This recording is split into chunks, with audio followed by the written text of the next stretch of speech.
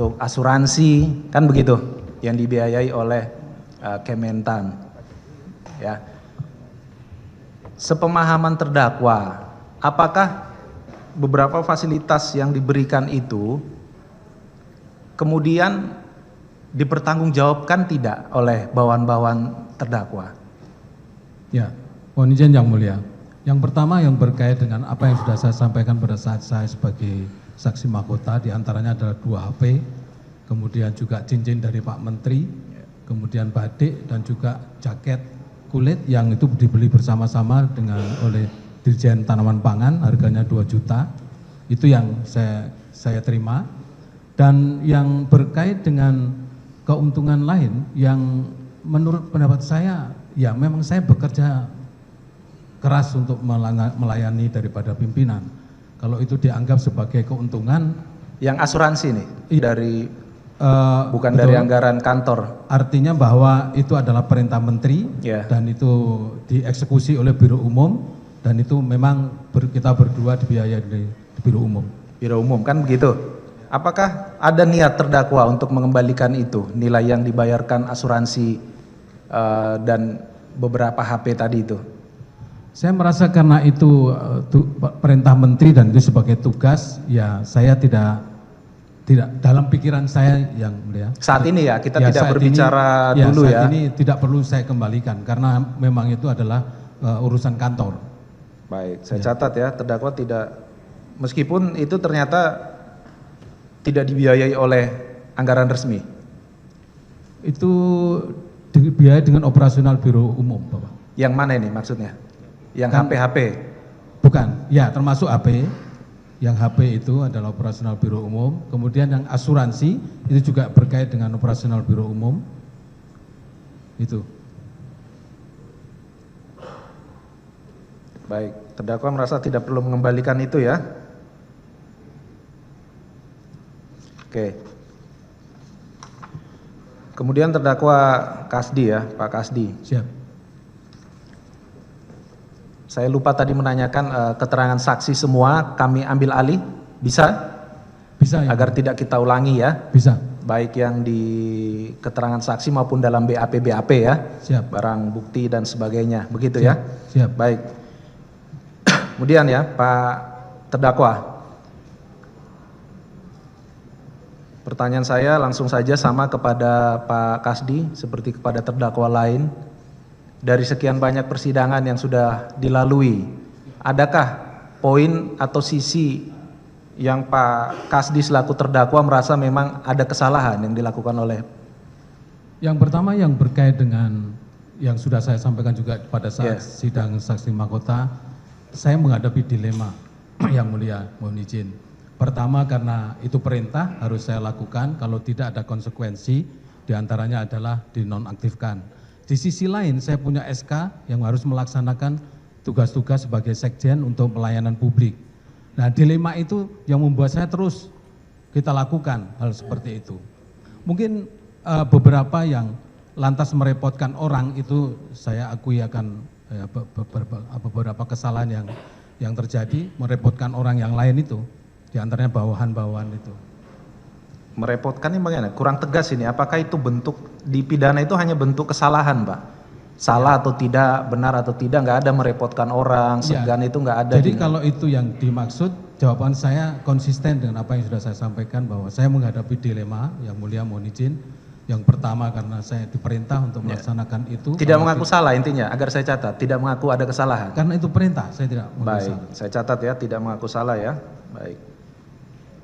Kemudian pada saat terdakwa menerima perintah itu, terdakwa memahami atau seperti apa pada saat itu bahwa perintah ini apakah perintah yang berlawanan dengan hukum, tidak dengan itikat baik, atau seperti apa sehingga terdakwa mau meneruskan perintah itu kepada eselon-eselon di bawah terdakwa?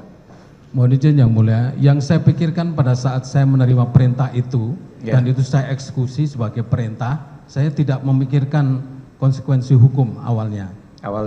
Jadi itu terus berlanjut, begitu terus dengan harapan kapan ini berhenti juga. Pernah saya sampaikan juga di sidang saksi mahkota bahwa ya saya takutlah misalnya ada kasus di kementerian lain terjadi OTT dan lain sebagainya, pasti terpikir oleh kami. Terdakwa kan melihat di persidangan sebelumnya pernah mendapat keluhan dari beberapa dirjen, kan begitu? Terdakwa membenarkan, tidak membantah. Beberapa dirjen yang menyebut pernah menyampaikan kepada terdakwa adanya sharing eselon ini yang keberatan atau dinyatakan mengeluh lah dirjen-dirjen itu, kan begitu? Tetapi pada saat itu terdakwa menyampaikan tetap harus dipenuhi segera, Pak Menteri marah, kan kira-kira begitu intinya, kan begitu. Baik, pada saat itu sudah ada keluhan itu, terdakwa masih membayangkankah ini sekedar mengikuti arahan menteri, atau terdakwa selaku seorang sarjana S3, sekjen, pernah dirjen, tidak membayangkan ini sesuatu yang bertentangan dengan hukum? Saya tidak terpikirkan itu, yang saya pikirkan hanya ini perintah menteri. Setelah keluhan loh maksud saya, kalau perintah pertama kan terdakwa sudah jelaskan ya. Selanjutnya meskipun sudah dinyatakan keberatan, keluhan, terdakwa tetap merasa itu tidak melawan hukum. Iya, karena ini kan dua hal yang berbeda nih ya. Ya. Pertama kan dari top to bottom, kemudian ada keluhan dari bottom to top. Nah kan ada dua hal yang berbeda nih. Tetap di dua peristiwa itu terdakwa sama sekali tidak mempertimbangkan bahwa waduh ini ternyata ada yang nggak bersesuaian dengan hukum atau tidak sesuai dengan itikat baik atau seperti apa pada saat itu sehingga kok ini bertahun-tahun begitu loh. Iya, pada saat posisi saya seperti itu, saya juga ada tekanan untuk perintah itu harus terwujud. Jadi maka terus itu kami harus lakukan gitu. Kalau tidak konsekuensinya tetap akan saya terima. Seperti halnya misalnya pernah ditanyakan oleh Yang Mulia Majelis Hakim bahwa meneruskan dan seolah-olah saya aktif. Nah aktifnya itu karena saya juga ditekan untuk berdasarkan perintah untuk supaya itu direalisasikan. Baik. Itu yang terdakwa pada saat itu tahu kan ada beberapa yang dinonjobkan ataupun mengundurkan diri, kan begitu? Ada beberapa pejabat. Pada saat itu terdakwa dalam hatinya, dalam benak pikirnya tidak terpikir untuk mengambil salah satu langkah itu, mengundurkan diri, tidak melaksanakan perintah itu lagi. Ya, kalau kan faktanya kan terdakwa tetap memilih meneruskan itu, tapi yang ingin saya tanya di batin terdakwa pada saat itu tidak terpikir mau mengundurkan diri saja deh kalau ini memang saya katanya tertekan. Pada kenyataannya tertekan tapi ngasih hadiah ulang tahun aja jam ratusan juta, kemudian beberapa kegiatan lain ngopi-ngopi, di mana tertekannya? Saya ingin menjaga kejujurannya nih. Tertekan tapi ngasih hadiah ulang tahun 200 juta jam tangan, ini kan jam mewah itu. Mohon izin Yang Mulia, maka jawaban saya tidak satu sisi, saya kan mengatakan dilema. Di salah satu sisi melaksanakan perintah, di sisi lain saya punya tanggung jawab yang harus saya lakukan. Itu yang justru akan menekan saya terus. Jadi tidak semata-mata hanya karena saya melaksanakan perintah saja dan ada konsekuensinya, tapi juga karena SK tanggung jawab itu harus saya lakukan. Itu yang membuat dilema, itu yang juga akan menekan saya. Baik, dilema itu ya, ada posisi terdakwa merasa tertekan tapi di satu sisi juga tidak tertekan begitu ya. Baik. Kalau penyesalan ada yang terdakwa bisa utarakan selaku terdakwa terkait perkara ini? Ya, dari perkara ini tentu saya merasa berdosa kepada kantor dan karena direpotkan tadi menghadapi dilema. Yang kedua tentu keluarga, itu yang selama ini menjadi tulang punggung saya yang memberikan semangat, itu yang saya pikirkan. Baik, terlewat ya. Terdakwa, ini kan di beberapa keterangan saksi sebelumnya ya, sudah menyatakan mengeluh kepada terdakwa, ada yang mengeluh lah kan terdakwa sudah mendengar. Yang terdakwa pahami itu sebenarnya pada saat itu apakah sebenarnya Pak Syahrul Yassin Limpo selaku menteri sebenarnya sudah tahu juga itu ada keluhan-keluhan itu? Sepemahaman saya beliau tahu. Tahu begitu ya. Dari apa? Karena kan kami cocokkan dengan barang bukti ya, di situ ternyata Pak Menteri ada membahas dengan imam jajaran Kementan yang tadi kami tunjukkan kan gitu. Ya. Sudah resah berharap Pak Menteri segera diganti karena jajaran Kementan harus mempertanggungjawabkan kegiatan fiktif hanya untuk memenuhi nafsu ambisi menteri dan kepentingan sanak keluarga dan Nasdem. Ini percakapan antara Pak Syahrul Yassin Limpo dan Prof. Imam kan begitu. Betul. Di satu sisi terdakwa menjelaskan ya sebenarnya Pak Menteri sudah tahu keresahan itu, keluhan dari bawah kan begitu. Ya. Nah, selain terdakwa menjelaskan itu ada barang bukti ini, apalagi yang bisa membuat kami yakin Pak Menteri itu sebenarnya tahu bahwa proses ini sudah keberatan orang-orang di bawah itu. Ya, sebenarnya jalurnya tidak dari saya saja. Iya, makanya silakan jelaskan. Ya, di eselon 1 sudah menjadi pembicaraan umum di antara eselon 1, kemudian juga di dalam eselon 1 sendiri itu yang. Pembicaraan umumnya ini apakah pembicaraan rahasia umum ya menurut rahasia umum ini apakah hanya terkait permintaan-permintaannya atau juga keluhan-keluhannya ini sudah rahasia umum juga, keluhan dari orang-orang bawah ini? Keluhannya sudah rahasia umum, itu jadi kan ada kontak. Baik, ya. Ada dua hal yang sudah menjadi rahasia umum ya. Ya. Baik. Terdakwa sendiri pernah menceritakan kepada siapa saja mengenai keluhan-keluhan yang keberatan terhadap permintaan anggaran uang-uang ataupun barang itu? Para dirjen, kepala badan. Ya, kalau itu sudah. Yang ke atas ada terdakwa sampaikan kepada siapa saja? Ke atas. Ya, atas itu apakah ke Pak Menteri, apakah saya tidak sampaikan langsung kepada beliau, tidak. Di persidangan sebelumnya saudara ke Pak Imam ya yang sempat cerita ya. Imam. Karena terdakwa sudah menjelaskan alasannya ya. Ya. Tidak usah kita ulangi kan kenapa ceritanya ke Pak Imam kan begitu ya. Baik.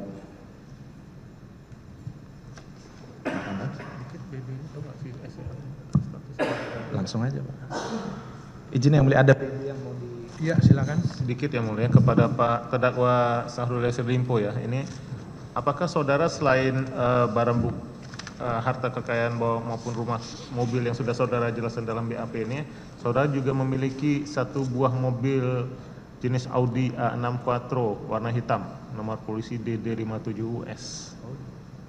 Audi. Audi 6. Itu waktu jadi wakil gubernur saya 2014. Yang atas nama istri saudara. Iya, betul. Dan kemudian beralih ke atas nama Franz Honga. Iya, karena ada ditukar tambah di situ. Itu tahun 2021 kalau yang saya Iya, informasinya. dari 2014 dibelinya ya? ke 2021. Itu peroleh tahun 2021 ya? Iya. Saat saudara sudah menteri jadi ke 2021. Ini STNK-nya? 2021. Iya. Kayaknya 2014 mulainya itu mobil, terus dilakukan barter dengan mobil yang lain dengan melalui Franz Honga. Begitu ya? Ya, nanti surat-suratnya baru dikerja di 2021. Baru dibuat di 2021. Iya, sebab karena kami sudah pindah ke sini. benar ya ada ya nanti sebab. Oke.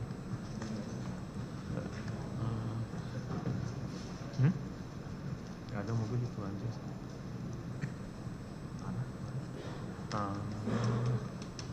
Kalau bangunan ini yang di Jalan Muhammad Kahfi, ada saudara punya satu bidang tanah dengan bangunan seluas 200 di Jalan Muhammad Kahfi, Kelurahan Cepedak Jagakarsa?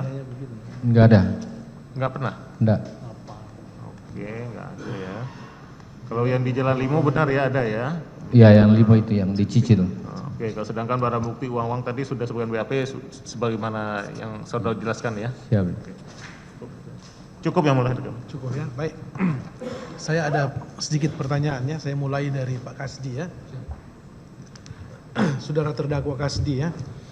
Saudara tadi dan beberapa persidangan sebelum itu menjadi Dirjen Perkebunan. Perkebunan. Sudah ada itu memang. Sudah ada. Sudah ada. Waktu itu Pak Menterinya SYL ya. Betul yang mulia. Baik.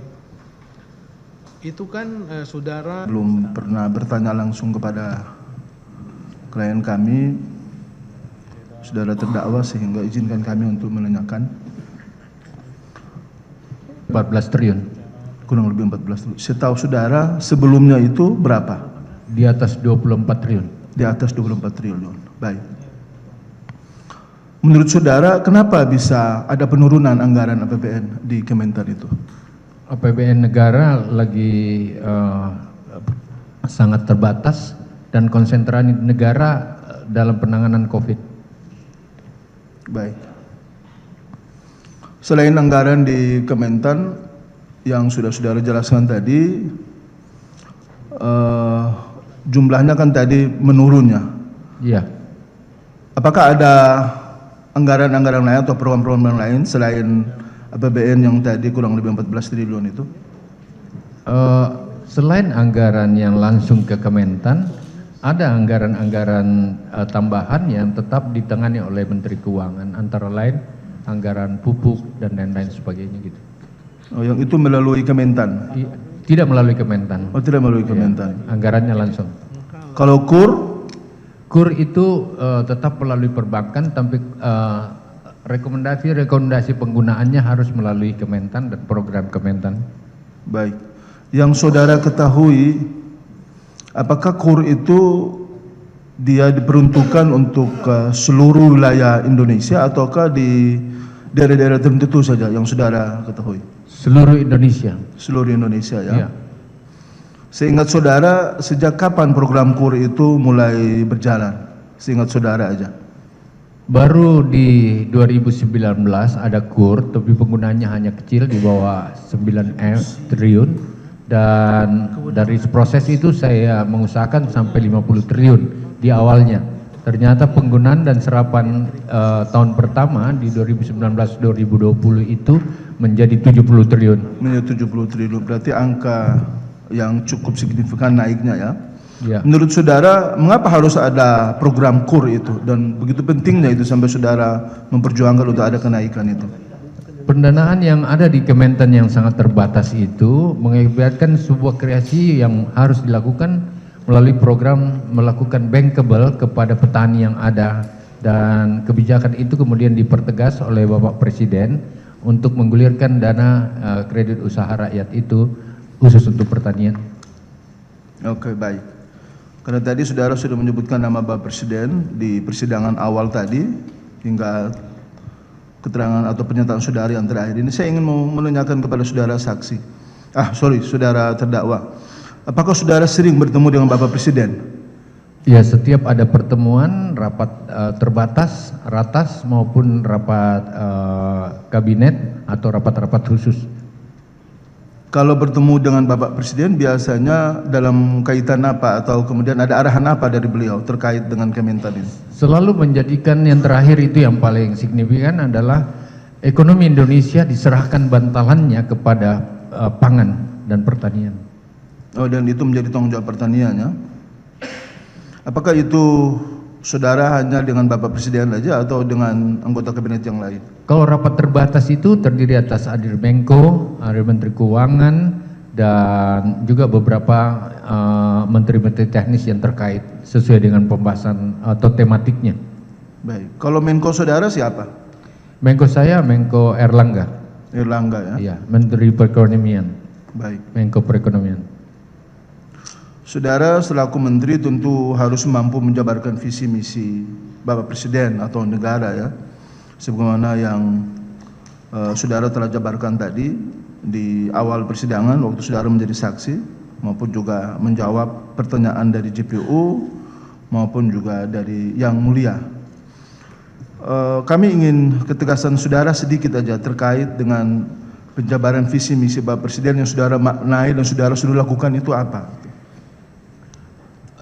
Yang pertama bahwa pangan tidak boleh bersoal karena itu masalah dasar. Kalau pangan terganggu, pemerintahan terganggu, politik terganggu, sosial terganggu, dan kemudian keamanan dan stabilitas nasional terganggu. Kalau pangan baik, apapun yang terjadi, semua dalam kondisi masih bisa diurus. Oleh karena itu, ini diberikan saya ruang yang sangat besar oleh Bapak Presiden untuk mengenjing dan mengenergi masalah pangan yang ada di seluruh Indonesia. Baik. Oleh karena itu saya membagi 3 wilayah yang ada. Ada wilayah yang hijau, yang surplus pangan, ada wilayah kuning, di mana pangannya harus dijaga dengan ketat agar tidak turun, dan ada daerah merah atau wilayah merah. Wilayah merah yang saudara maksud itu di wilayah mana saja itu? Antara lain Papua, ada Jambi, ada Kalimantan Utara, ada berbagai, ada kurang lebih 5 sampai 9 provinsi yang saya kategorikan daerah merah. Kalau terkait dengan itu, bagaimana saudara bisa melakukan langkah-langkah atau upaya-upaya yang sebagaimana sudah jelaskan tadi, kalau terkait dengan membangun kinerja dan soliditas di Kementan dalam rangka untuk mencapai apa yang saudara jelaskan tadi itu? Jadi pada daerah-daerah yang hijau, semua fasilitasi harus dimaksimalkan sehingga overstocknya bisa dijamin, baik berkait dengan peternakan, perkebunan, maupun tanaman pangan.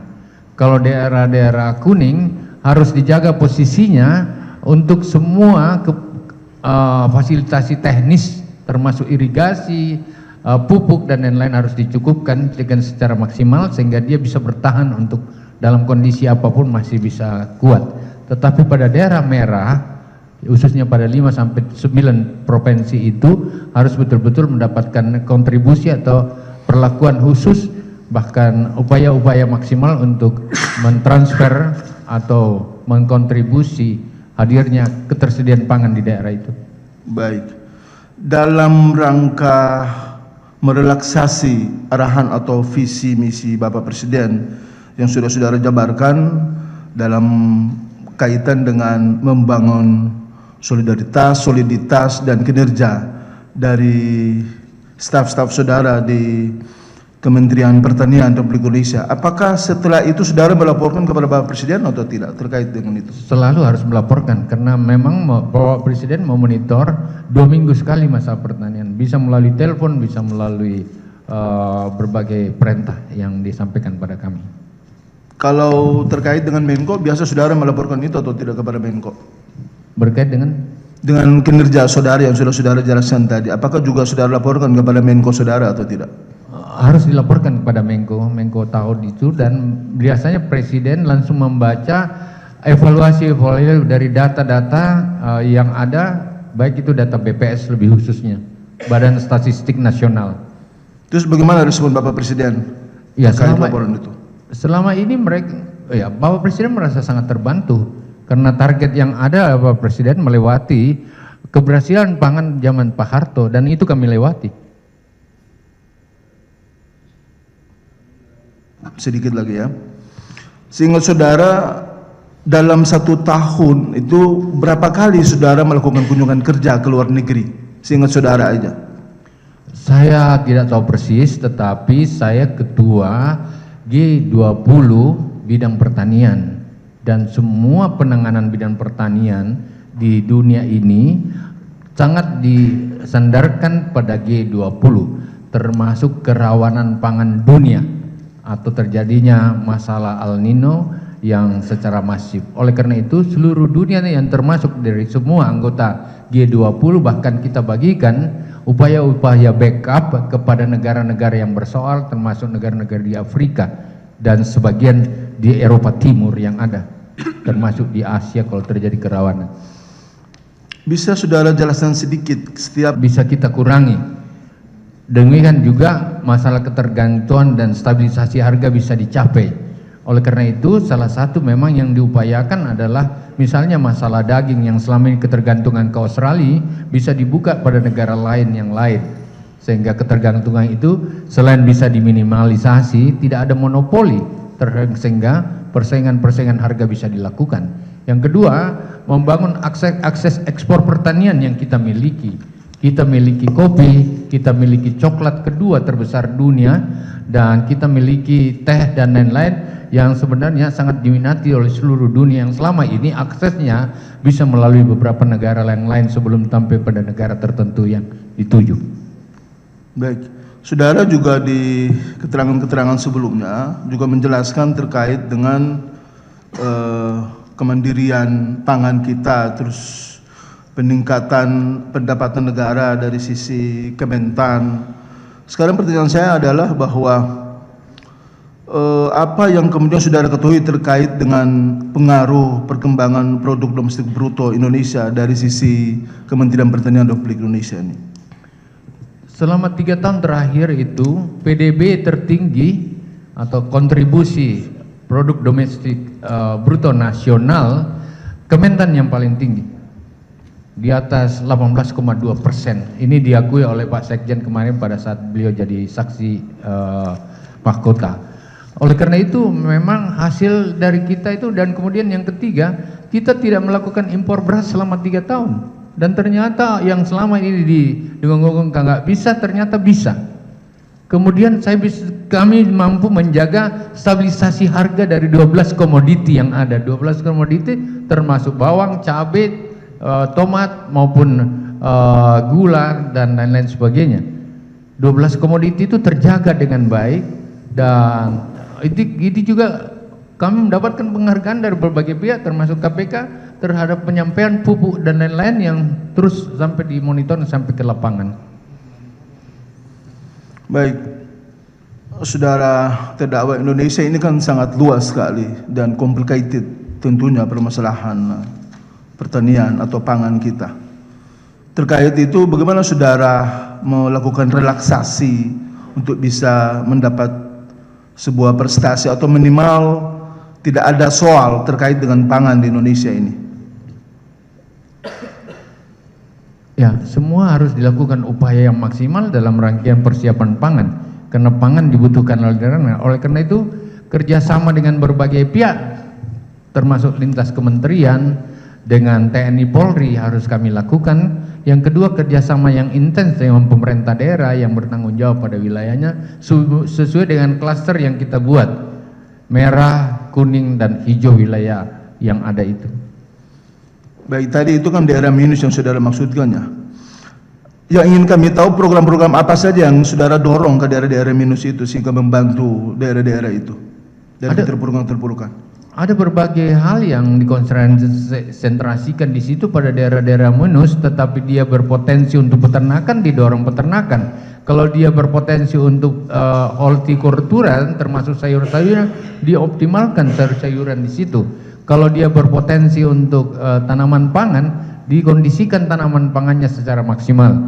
Khusus untuk daerah yang minus atau daerah merah itu, apa yang menjadi kebutuhan dasar diupayakan secara maksimal, bisa dimobilisasi dan optimalisasi upaya-upaya agar daerah itu sendiri bisa menghasilkan pangan yang dibutuhkan. Baik, saudara saksi, ini kita butuh ketegasannya karena ini terkait dengan BAP maupun juga keterangan-keterangan saksi sebelumnya terkait dengan pertemuan dengan BPK RI. Apakah pernah ada pertemuan dengan BPK RI itu?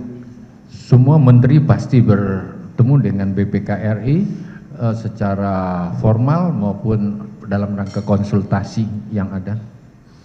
Ini terkait dengan beberapa tahun belakangan ini yang kemudian menjadi soal itu di pemberitaan-pemberitaan itu. Apakah pernah ada pertemuan?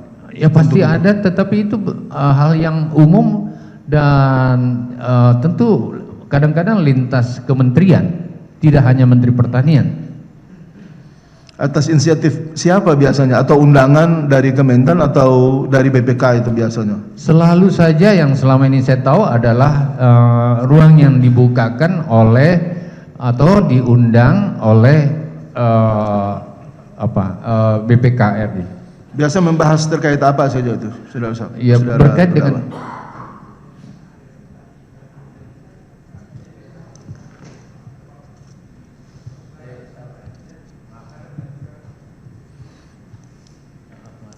mohon maaf, mohon izin kami lanjutkan yang mulia. Kalau saudara bertemu dengan BPK RI, itu biasanya membahas apa saja itu? Antara lain membahas tentang pengawasan-pengawasan, termasuk temuan-temuan yang harus segera direalisasikan. Nah, sekarang terkait dengan temuan-temuan ini, pernahkah di Kementan ada temuan oleh BPK atau tidak? Selalu saja semua kementerian ada temuan, tapi tentu dilihat scoring temuan itu sudah seperti apa begitu. Terus ada rekomendasi atau tidak dari BPK? Selalu saja dari hasil temuan ada rekomendasi, dari rekomendasi itu kemudian dikonsultasikan seperti apa. Terus bagaimana saudara merespon rekomendasi itu? Rekomendasi harus bisa diselesaikan sesuai agenda yang ada. Biasanya temuan misalnya terkait dengan administrasi penyerahan Al-Sintan di lapangan. Oleh karena itu beberapa wilayah belum selesai administrasinya. Itu terdata ada berapa persen dan lain-lain sebagainya. Dan atensi itu dilakukan oleh dirjen yang bersangkutan. Lalu kemudian dengan BPK, apakah saudara pernah mendengar bahwa ada permintaan sejumlah uang dari oknum BPK kepada Kementan? Saya tidak pernah mendengar hal seperti itu kecuali dalam persidangan ini. Ya, ada 10 miliar, kemudian ditambah lagi 2 miliar. Saudara tidak pernah diberitahu? Tidak.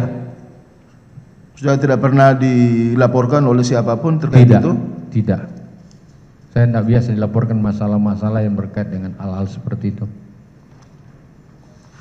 Kalau di internal Kementerian Pertanian biasa ada audit internal atau tidak? Selalu ada audit internasional. Biasanya ada temuan atau tidak itu? Biasanya ada temuan dan itu biasanya diminta dibuatkan telaah dan kemudian dilanjutkan monitoringnya dan penyelesaiannya. Gitu ya. Jadi soal BPKRI tadi saudara tidak tahu ya?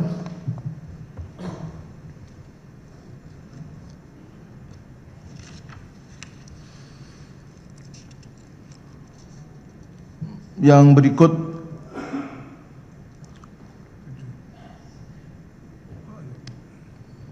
saudara kan menjadi menteri itu di tahun 2019. Iya. Saudara menjadi menteri itu atas usulan siapa itu saudara menjadi menteri? Saya Ketua Asosiasi Gubernur seluruh Indonesia. Pak Jokowi salah satu anggota saya. Dan saya kira dari proses-proses itu saya memiliki track record untuk bisa dipertimbangkan menjadi menteri. Yang kedua, saya juga anggota Partai Nasdem. Oleh karena itu tentu saja ada ruang-ruang bagi Partai Nasdem untuk mengisi posisi itu. Yang ketiga, saya mendapatkan bintang Mahaputra Utama dari negara yang ke-69 atas nama negara khusus di bidang pertanian. Pada saat krisis pangan yang lalu 17 provinsi bersoal dan ditangani melalui Provinsi Sulawesi Selatan.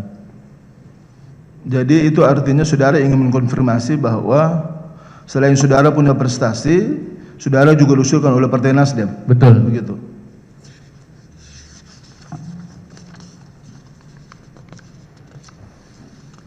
Terkait dengan Partai Nasdem tadi saya kira sudah banyak juga ditanyakan oleh rekan-rekan JPU, namun kami ingin mendalami aja ada beberapa keterangan yang mungkin agar supaya menjadi jelas dan terang benderang sehingga bisa membantu kami dalam kaitan dengan menyusun pledoi nanti.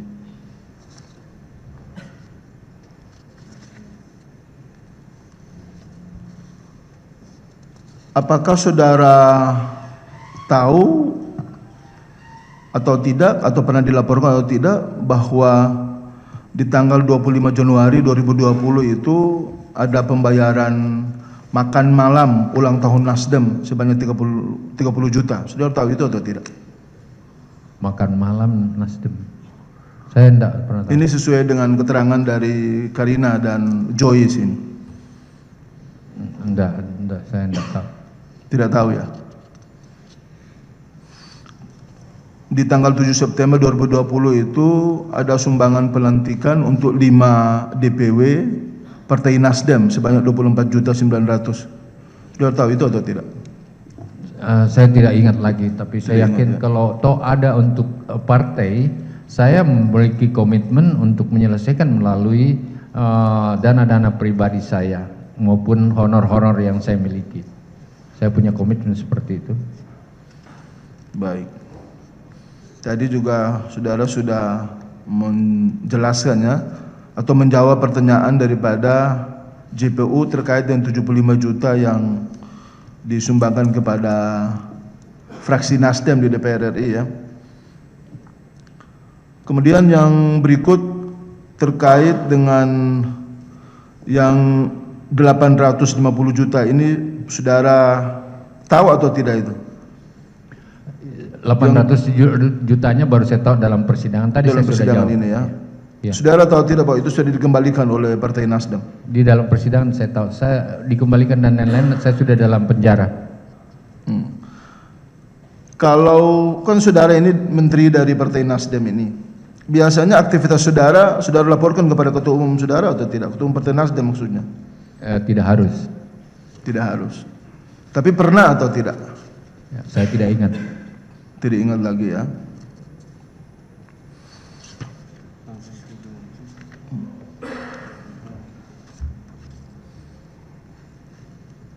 Terakhir ini, saudara tahu atau tidak, Bapak Surya Paloh itu ada punya greenhouse di Pulau Seribu? Ya, Surya Paloh punya akses di mana-mana. Di mana-mana ya. Ya. Saudara tidak tahu bahwa itu diduga duit dari Kementan yang dipakai untuk Pasti membangun? tidak, pasti tidak ya. Oke baik, cukup yang mulia. Maaf yang mulia. Ada. Baik, kita skors dulu soal Boleh Kasdi. bertanya? Iya. Ada pernyataan Kasdi tadi yang langsung menyangkut saya. Mudah-mudahan saya bisa ditanyakan nanti. Itu nanti tanggapan. Siap. Tanggapan nanti ya. Siap. Nanti akan ada Iya. saudara bisa menanggapi juga kan dalam nota pembelaan itu ya. Iya. Ini bukan saksi, dia terdakwa. Siap. Ya? Jadi tidak perlu ada diri sendiri. Nanti kami akan nilai, Pak. Nanti kami akan nilai. Skor dimulai, nanti kita ketemu lagi masuk 6:30 ya. 6:30 ya. Jam 18.30 waktu Indonesia bagian barat. Baik, skor dimulai.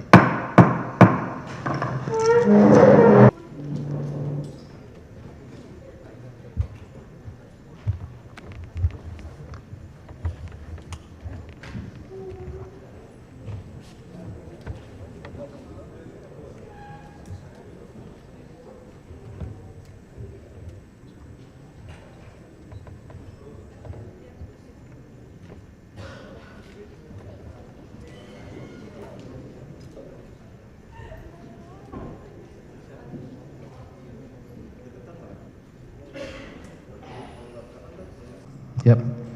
Nah, ingatkan saya, saudara terdakwa, kalau pertanyaan ini sudah ditanyakan oleh JPU supaya kita tidak pembayaran aftur, namun setelah di akhir tahun ada pemeriksaan BPK untuk meminta pengembalian sebesar 150 juta. Kebetulan tanda terimanya itu saya sendiri, akhirnya yang melakukan pengembalian saya sendiri memakai dana pribadi saya. saudara sudah mengembalikan ya? Iya. Nah, kemudian tadi Pak JPU juga menyampaikan bahwa banyak pesan yang diteruskan ya. Nah, saudara mengatakan bahwa ya itu memang ada permintaan dari Biro Umum, kalau ada kebutuhan disampaikan saja ke Biro Umum. Nah, pertanyaan saya, apakah juga keluarga atau pihak Wican ya menyampaikan juga kepada saudara bahwa ya menurut saya minta tiket ke Biro Umum ini karena Biro Umum sendiri yang minta. Kalau ada keperluan ya silakan dihubungi saya. Pernah nggak dengar itu dari keluarga, dari anak Pak Isiel atau keluarga Pak Isiel? Pernah dari anak beliau, dan saya diminta juga meneruskan ke Biro Umum pada waktu itu. Pernah ya? Apa yang disampaikan keluarganya bahwa ini juga ya kami teruskan, minta diteruskan karena permintaan dari Biro Umum sendiri? Iya betul, karena permintaan dari Biro Umum, jadi saya memfasilitasi meneruskan pesan itu ke Kepala Biro Umum. Baik. Nah, kemudian ini khusus uang yang saudara terima dari Merdian atau Pak Sekjen. Itu kan ada uang ke Pak Firly dan ada uang kurban untuk DPR. Pertanyaan saya, pada saat untuk dua keperluan ini uang itu diserahkan kepada Pak Sekjen ataupun kepada Merdian, apakah pada saat itu disampaikan kepada saudara, ini ada uang hasil kumpul-kumpul, silahkan disampaikan kepada DPR atau disampaikan kepada Firly pada saat itu? Disampaikan Kak bahwa ini hasil dari kumpul-kumpul pada saat diserahkan uang itu? Pada saat penyerahan dari Pak Kasdi maupun Merdian pada waktu itu tidak pernah menyampaikan bahwa itu hasil pengumpulan. Saya cuma mendapat perintah untuk menyampaikan yang pertama ke pihak DPR, Komisi 4, yang kedua untuk keperluan Pak Firly melalui Pak Irwan waktu itu. Baik ya, nih terakhir. Tadi juga sudah disampaikan oleh waktu jadi Pak Sel jadi saksi. Waktu saudara menjabat Direktur Pupuk dan Al Sintan, apa sih pencapaian saudara atau prestasi saudara, bisa sebutkan nggak apa pencapaian atau prestasi selama menjadi direktur pada saat itu? Yang pertama kali waktu pertama menjabat yaitu mendapat penghargaan dari Deputi Pencegahan KPK terkait dengan pemutakhiran data yang menggunakan data NIK untuk penerima pupuk bersubsidi, atau dari data kami disebut IRDKK, dan itu mendapat penghargaan berhasil menertibkan penerimaan pupuk bersubsidi pada tahun itu. Selanjutnya di tahun berikutnya kami melakukan kerjasama atau MOU dengan Barreskrim Polri dalam rangka untuk mencegah atau memberantas mafia pupuk pada waktu itu. Itu salah satu prestasi yang kami dapatkan. Ya. Nah terakhir, tadi Pak JPU sempat menyinggung ada rumah yang disita di Makassar dan di Jakarta. Pertanyaan saya, kalau rumah yang di Makassar dan di Jakarta yang disita itu, apakah itu sudah masuk LHKPN saudara? Dua-duanya masuk dalam LHKPN. Dua-duanya masuk di LHKPN ya? Iya. Oke. Dan khususnya yang di Makassar itu di LHKPN pada saat saya menjabat di Provinsi Sulsel sudah masuk dalam LHKPN. Oh, kalau jadi yang di Jakarta begitu transaksi tahun ini dengan pihak BSI untuk KPR-nya, pada tahun itu juga saya masukkan dalam pelaporan LHKPN saya bahwa itu kredit.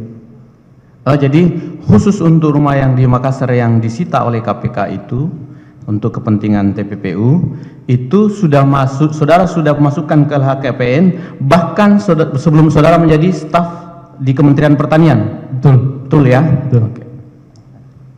Dari saya cukup, mungkin rekan saya lanjutkan. Ya, silakan. Saudara terdakwa, saudara terdakwa saat diperiksa menjadi saksi itu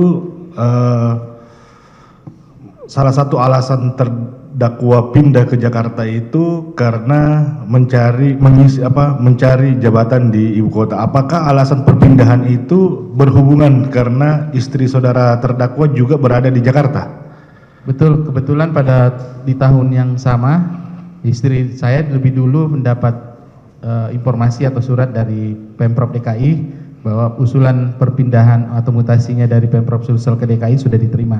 Makanya di saat itu saya juga berusaha mencari di kementerian mana saya bisa pindah dengan memasukkan beberapa lamaran atau surat permohonan pindah di beberapa kementerian.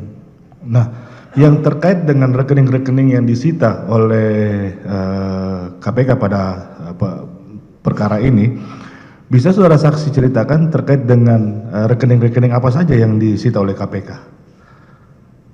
Yang paling utama itu rekening gaji, baik gaji saya selaku PNS dengan gaji dari penghasilan lainnya, semuanya disita oleh KPK. Penghasilan lain ini maksudnya penghasilan apa ya saudara saksi? Saudara terdakwa?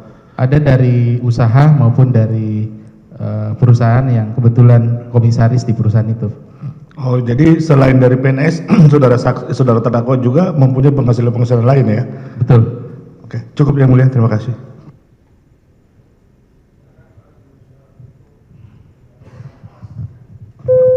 Silakan. Baik, terima kasih yang mulia.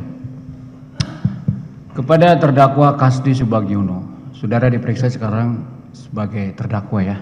Siap. Bahwa memang saudara tidak disumpah ya, tapi tolong memberikan keterangan yang sejujur-jujurnya supaya kita mendapat nanti esensi dari persidangan ini ya. Yang pertama, saya mulai dulu tentang karir saudara. Ini kesempatan terakhir buat kami untuk menanyakan saudara ya. Tempo hari istri saudara mengirim surat ke sini yang pada pokoknya dikatakan bahwa saudara itu adalah birokrat karir ya. Bisa cerita sedikit awal dari gimana prosesnya sampai Anda menjadi sekjen ya, silakan. Mohon izin yang mulia.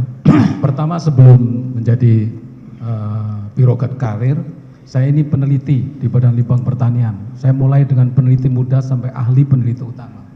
Dan di situ saya temukan berbagai teknologi, di antaranya teknologi pengolahan air dan tanah untuk meningkatkan produktivitas pangan di daerah rawa. Itu pekerjaan saya di penelitian. Kemudian karir birokrat saya mulai dari Balai Penelitian. Pada 2005-2007 saya kepala Balai Penelitian Agroklimat dan Hidrologi, menangani iklim dan air. Kemudian saya dipindahkan ke Jawa Barat di Balai Pengkajian Teknologi Pertanian Jawa Barat 2007-2009. Kemudian pindah lagi ke Jawa Tengah, ke Balai Pengkajian Teknologi Pertanian Jawa Tengah 2009-2011. Kemudian saya dipromosi menjadi Kepala Balai Besar 2011-2013 waktu itu. Nah, kemudian Sekretaris Badan Litbang Pertanian hanya 1 tahun 2013-2014. Yang paling lama karir saya adalah di Kepala Biro Perencanaan, 6 tahun saya di situ, 2014-2019. Baru kemudian saya dipromosi menjadi Dirjen Perkebunan 2019-2021, akhirnya Sekjen 2021 sampai sekarang nonaktif. Itu karir saya. Baik ya. Lalu kemudian merefer kepada surat tersebut juga dikatakan bahwa saudara itu adalah kepala rumah tangga yang peduli dengan keluarga. Bisa sekilas saja, ini penting saya kira kita tahu. Saya berdua dengan istri saya, seorang peneliti juga. Istri saya di Badan Litbang Pertanian kemudian dipindahkan ke BRIN, juga peneliti. Nah, saya punya 2 orang anak dan alhamdulillah sudah pada berkeluarga. Dan saya di jabatan akhir saya mau pensiun per 1 Juni itu, ya saya dapat permasalahan ini. Ya kemudian saya sebenarnya sudah mengurus untuk perpanjangan fungsional saya di analis kebijakan. Saya sudah punya SK Presiden analis kebijakan. Tapi saya harus berhenti di sini karena masalah ini. Itu. Baik. Oke. Sekarang saya singgung lah ya sedikit tentang pokok persoalan dalam perkara ini ya. Sharing ya, urunan pengumpulan uang. Bisa saudara tegaskan ya, walaupun sudah berulang-ulang, tapi ini kesempatan terakhir saya kira perlu kita dengar melalui penasihat hukum saudara. Kapan saudara tahu ada praktek sharing ini di Kementerian Pertanian? Seperti yang mohon izin yang mulia, seperti yang sudah saya sampaikan sebagai saksi, praktek ini sudah ada pada zaman Sekjen Momon 2020. Dan saya pun termasuk di Dirjen Perkebunan yang juga harus urunan pada saat itu. Kemudian berkait dengan sharing ini ada perintah dari Menteri, kemudian saya meneruskan perintah itu ke Eselon 1. Ya, ke Eselon 1. Memang tidak semuanya melewatin saya. Itu polanya bisa langsung, bisa WA, bisa melalui orang lain. Yang melalui langsung saya tandakan tadi termasuk yang mulia mempertanyakan itu bahwa kurang lebih beliau mengatakan seperti ini. Pak Sekjen, ini ada kebutuhan baik itu untuk kedinasan maupun non kedinasan itu agar dibicarakan dengan eselon 1 lain. Itu saya maknai sebagai sharing. Nah, kemudian di beberapa chatting beliau sampaikan juga termasuk yang sudah disampaikan oleh JPU juga, di situ ada komunikasi antara travel Suitatur waktu itu, kemudian di-share untuk segera melunasi daripada pembayaran kekurangan daripada biaya yang ditagihkan oleh Suitatur. Itu beberapa contoh yang saya alami. Nah, kemudian juga yang melalui lain diantaranya adalah melalui Prof. Imam, melalui Pak Atta, melalui Panji, dan bahkan juga eselon 1 lainnya. Jadi aliran perintah itu tidak semuanya lewat saya, makanya tidak semuanya saya ketahui. Seperti sudah saya sampaikan dalam saksi bahwa seperti ada skincare, ada sewa mobil, saya tidak tahu itu karena langsung kepada Biro Umum. Jadi artinya ada juga permintaan-permintaan uang ini yang tidak melalui saudara dan tidak diketahui oleh saudara. Iya. Jadi perintah ini sekali lagi ya clear ya, bahwa saudara juga memang mendapat perintah langsung. Betul. Dulu ya. Betul. Izin yang mulia, boleh kami bacakan ada BAP-nya supaya konfirmasi. BAP sebagai tersangka, terdakwa. Tersangka itu kan? Iya. Iya. Ya, Silakan. izin. Atas pertanyaan nomor 35 yang mulia.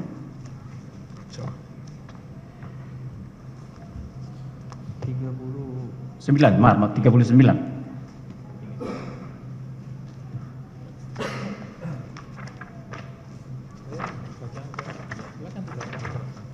Silakan. Ya, izin yang melanjutkan. Atas pertanyaan, apakah saudara memperoleh perintah langsung atau tidak langsung dari Syahrul Yassin Limpo selaku Menteri Pertanian untuk mengumpulkan uang dari masing-masing eselon 1 Kementerian Pertanian RI terkait kepentingan pribadi yang bersangkutan maupun kepentingan keluarga lainnya? Jawaban saudara, perlu saya sampaikan bahwa saya sering memperoleh perintah langsung ataupun tidak langsung dari Syahrul Yassin Limpo selaku Menteri Pertanian untuk mengumpulkan sejumlah uang dari masing-masing eselon 1 Kementerian Pertanian RI terkait untuk kepentingan pribadi yang bersangkutan, kunjungan kerja maupun kepentingan keluarga.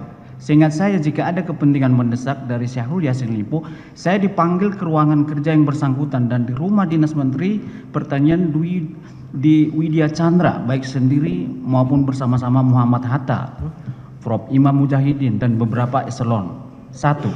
Setahu saya, jika Syahrul Yassin Limpo ada kebutuhan pribadi yang bersangkutan dan kebutuhan keluarga yang bersangkutan, meminta saya untuk membicarakannya kepada eselon 1 ya terkait permintaan Syahrul Yassin Limpo tersebut. Ya. Yang saya ingat sekali lagi, penyampaian Syahrul Yassin Limpo kepada saya saat itu dipanggil sendiri menghadap yang bersangkutan di ruang kerjanya. Pak Sekjen, ini ada kebutuhan saya, kunker dan keluarga, tolong dibicarakan dengan para eselon 1 lainnya, kira-kira demikian. Ya, ini betul ini. Betul. Jadi berarti perintah langsung ini kepada saudara untuk dikoordinasikan atau disampaikan kepada eselon 1 lainnya. Betul. Oke, baik. Sesungguhnya pola-pola perintah langsung ini boleh saudara jelaskan singkat.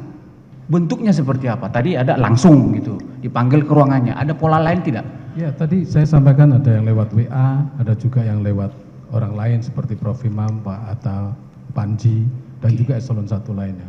Jadi perintah ini tidak saja melalui saudara, salah satu saja Tidak, ya berarti ya? tidak. Ada Prof. Imam, ada Hatta, ada juga Panji, eselon 1 begitu ya. Kemudian yang melalui WA ya.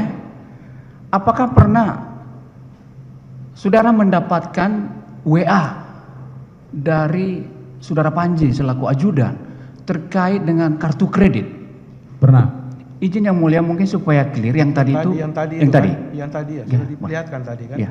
Boleh kami sudah diperlihatkan tadi dan itu WA antara terdakwa dengan Panji. Dengan Panji kan? Terdakwa ini mendapatkan WA dari Panji ya. Atas forward diteruskan dari Menteri. Iya, sudah diperlihatkan jadi, tadi. Jadi udah clear, itu clear ya? Sudah diperlihatkan tadi. Sudah perlihatkan tadi. Saudara akui itu atau saudara bantah tadi? Oke, itu sudah tadi diperlihatkan sudah. Ya, tidak apa-apa. Baik ya. Tadi sudah diakuin ya, ini ada seperti itu. Iya, tidak diakui. Ya. Saya menanyakan kepada terdakwa Kasdi yang mulia. Terdakwa mengakui karena beliau yang berkomunikasi dengan Panji. Ya, Panji. karena ada tadi polanya melalui WA. Jadi satunya saya tanya. Oke. Baik. Silakan. Kalau mohon izin yang mulia, kalau melihat format printout itu sended yang pertama yang disampaikan Panji kan kemudian share dari yang di share itu. Di situ ada forward, itu berarti Panji menerima. Iya. Nah itu Panji menerima. Apakah ada tertulis di situ? Apakah ada tertulis di? Biasanya ada forward, ya. ada kata-kata forward. Gitu. Iya. Iya. Apakah ada forward itu jelas dari saudara tahu dari Menteri? Iya. Tahu dari mana? Pak Panji sampaikan itu. Pak Panji iya, sampaikan. Panji sampaikan itu. Pak Panji yang sampaikan. Baik. Jadi artinya sekali lagi, saudara mengartikan ini perintah langsung juga antara lain melalui WA. Ya. Baik.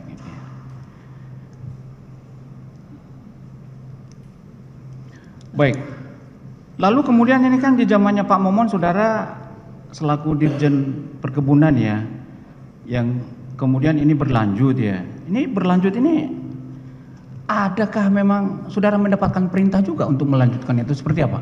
Itu yang saya sampaikan tadi pada saat posisi saya sudah sekjen. Yang tadi seperti saya ini sampaikan ya? yang langsung dengan narasi. Oh itu. begitu ya. Berlanjut ya. Itu artinya ya, pertanyaan saya? polanya meneruskan pola yang dilakukan oleh Sekjen Momon, kemudian saya meneruskan itu karena masih ada perintah itu. Baik, oke. Lalu saudara mengatakan, ini kan atas pertanyaan yang mulia juga sama Pak JPU juga tadi, saudara mengalami suatu dilema. Kenapa ini sebenarnya sesuatu ada dilema? Persisnya dilemanya itu boleh sekali lagi, kenapa saudara menghadapi dilema? Kenapa misalnya tidak mundur saja, kenapa gitu? Ada pertanyaan begitu juga. Bisa jelas nggak dilema sekali lagi? Ya, tadi berkali-kali saya sampaikan baik menjadi saksi bahwa yang pertama karena saya terpaksa melakukan itu karena diperintah, yang kedua karena saya dapat tanggung jawab untuk melaksanakan tugas-tugas sebagai sekjen, itu harus jalan. Itu yang membuat berat bagi saya untuk baik. Ya. Artinya saudara menjalankan perintah atasan ini ada unsur keterpaksaan, maksudnya kira-kira ancam begitu ya? Kan sudah saya sampaikan. Baik. Baik, kemudian ini ketegasan saudara ya. Kalau ada tidak ya, ini sidang ini ya.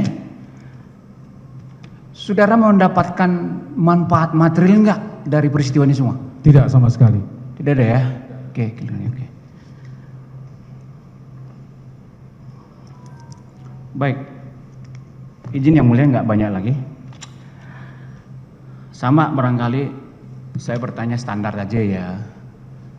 Lazimnya orang didakwa itu tentu ada barangkali hal-hal sisi-sisi yang baik atau positif selama saudara selaku sekjen maupun selaku direktur atau selaku birokrat karir gitu loh.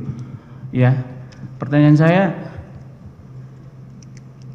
apa kira-kira kontribusi yang mungkin patut kita catat sebagai sebuah hal yang positif dari saudara selaku birokrat karir tersebut? Ada yang bisa saudara sampaikan nggak di persidangan ini? Ya, tadi di Litbang sudah saya sampaikan sebagai birokrat, misalnya di Dirjen Perkebunan saya meng-create satu inovasi implementasi daripada program perkebunan, salah satunya adalah peningkatan produktivitas kelapa sawit melalui peremajaan sawit rakyat. Dan itu berjalan untuk meningkatkan produktivitas sawit yang sekarang 3,6 ton per hektar.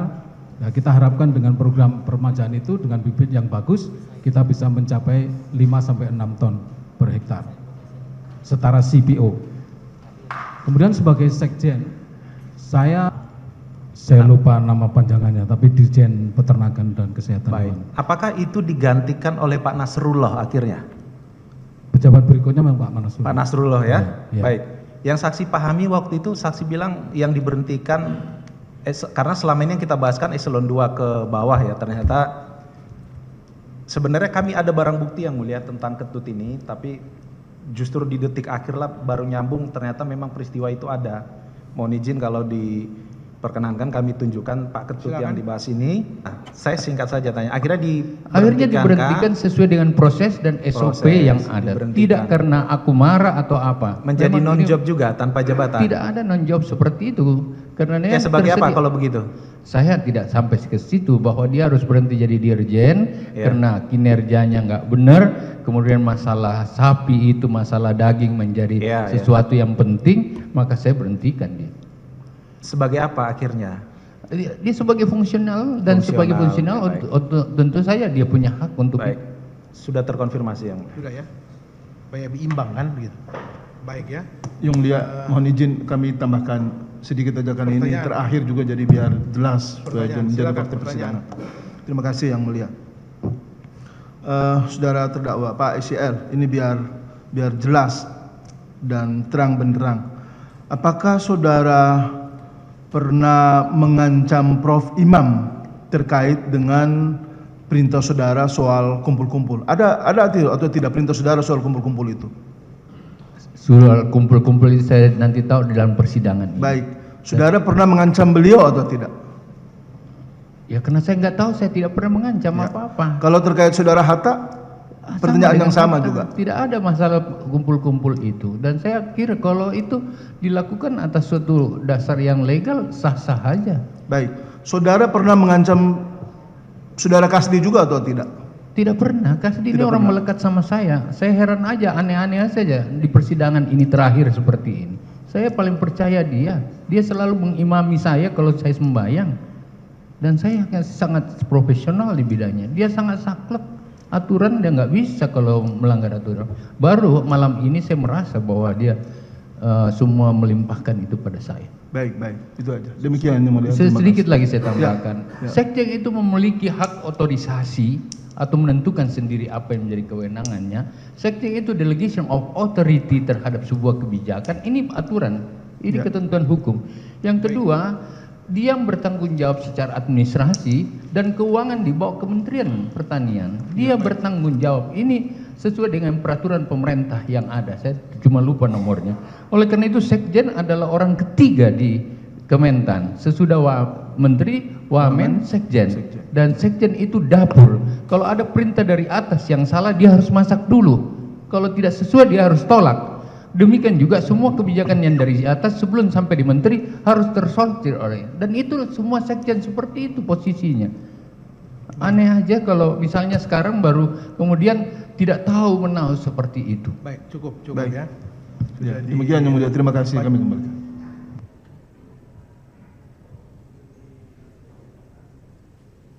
Jelaskan pada persidangan-persidangan yang lalu juga begitu. Akan ada masalah hukum seperti ini yang mulia. Dari semua itu saya pribadi tidak pernah menikmati secara material. Dan pada kesempatan ini saya juga memohon maaf jika selama masa persidangan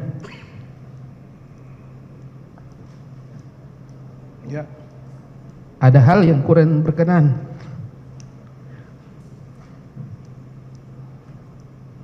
Saya mohon maaf kepada semua pihak jika perbuatan kami, ketakutan kami, karena kepatuhan kami sebagai bawahan menyebabkan banyak keributan khususnya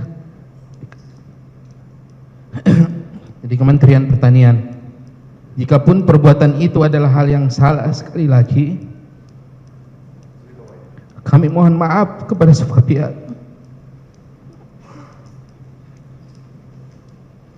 Dan kami menyatakan menyesal jika seandainya perbuatan-perbuatan itu tidak benar di mata hukum. Kepada yang mulia kami mohon putusan seadil mungkin dengan mengingat niat, motivasi dan posisi kami sebagai bawahan yang hanya menjalankan perintah atasan. Demikian, terima kasih. Baik ya, cukup pernyataan saudara. Saya juga ada yang mau disampaikan lagi terakhir? Yang terakhir yang mulia JPU dan Bapak sekalian, saya di tempat ini ingin garis saja yang seperti itu, bukan untuk kepentingan pribadi. Kalau ke pribadi saya, berapa uang saya ambil sebenarnya? Saya heran yang mulia. Saya ini termasuk menteri yang paling miskin. Rumah saya itu di BTN di Makassar waktu saya gubernur. Ini barunya saya mau mencicil karena saya berharap di akhir perjalanan umur saya yang 70 tahun saya berada di sini dan ini dicicil. Itu yang ingin saya sampaikan yang mulia. Tapi saya orang biasa, saya tentu manusia biasa yang tentu banyak salah dan lain-lain. Saya banyak menyangkal hari ini ada yang diberhentikan, tidak sebenarnya siapa yang namanya yang satunya bukan Ketut sudah saya jawab. Sarwo Edi itu pindah karena ada memang jabatan baru dirjen atau setara dirjen Badan Ketahanan Pangan dan kemudian sampai dengan terakhir Bambang karantina yang dibilang saya marah gitu, saya tidak berhentikan sampai saya berhenti jadi menteri. Jadi tidak ada yang saya ponis karena tidak melakukan apalagi terkait dengan uang. Saya perjanjikan kepada Tuhan yang ada dan saya siap menerima apa saja yang menjadi hukuman yang ada, yang kemudian saya berharap kalau memang itu saya ambil dan saya masih punya dana, saya silakan ambil saja. Saya lebih menghargai persidangan ini dan menghargai keputusan itu. Dan saya siap untuk mengembalikan kalau memang itu menjadi sesuatu yang secara pasti. Tapi berapa Pak? Kan kalau misalnya ke umroh itu kan cuma 5-6 orang aja yang harus saya tanggung. Masa saya tanggung seluruhnya? Yang seperti jawab. itu. Saya rasa cukup ya, sudah Siap, jawab. makasih yang mulia, terima Pada kasih saat JPU, terima pemeriksaan kasih. saksi dan pemeriksaan terdakwa.